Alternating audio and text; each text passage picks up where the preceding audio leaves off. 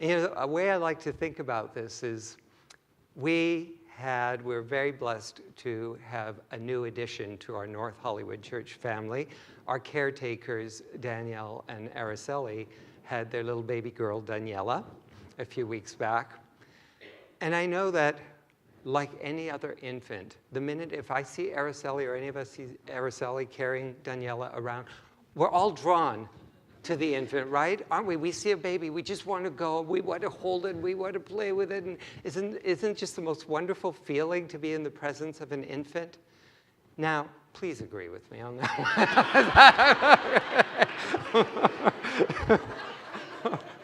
Otherwise, I have nowhere to go with this talk. You see, the baby has all this unrealized potential. You know, we don't know what Daniela will become. We know she's going to start to grow and learn to walk and all these different things. If a child didn't evolve from that point, as wonderful as we think it is, if the infant just stayed like that the whole time, we'd be concerned, wouldn't we? But that unrealized potential in no way diminishes the beauty and preciousness of that baby the way it is right now. And to me, that's what I believe is the way that God sees all of us. For all the ways that we are yet not as loving or compassionate or creative or wise as we could be, we are absolutely precious. There's so much good right there, and we are cherished. And so I think the ideal state in which to live is one in which we are grateful for what is now, but to also be aware that there are dimensions of goodness beyond what we've ever known. And this is done through our spiritual practice. And one of the practices that we promote, among many others, is the practice of gratitude. You know, many people do this through a gratitude journal. Those of you who like to write down, daily what it is that we're grateful for. I know sometimes I do it in a journal. Other times I just like to do it in my mind. But something that Dr. Marc talked about some time back, and it's really stuck with me, and I find it's incredibly valuable, is the idea of doing it just before you go to sleep. Before you put your head on the pillow and fall asleep, to really think about all the things that you're grateful for, or journal about it. Because isn't that the best thing with which to fill your consciousness before you fall asleep? You know, and another thing I would add is, as you give thanks, be aware that any good that you're giving thanks for, any good that is appearing in your life, comes from God's infinite source of good.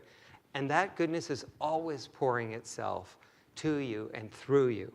You know, the more we have a sense of appreciation of that loving relationship having come from that love of God in me that has taken form in this way, but that it's still pouring forth in other ways to express itself, the more we feel that every good thing in the world came from an infinite source that is always giving, the more at ease we are with the inevitable changes that happen here on the earth plane. Because on this plane of existence, nothing is constant. Nothing remains permanent.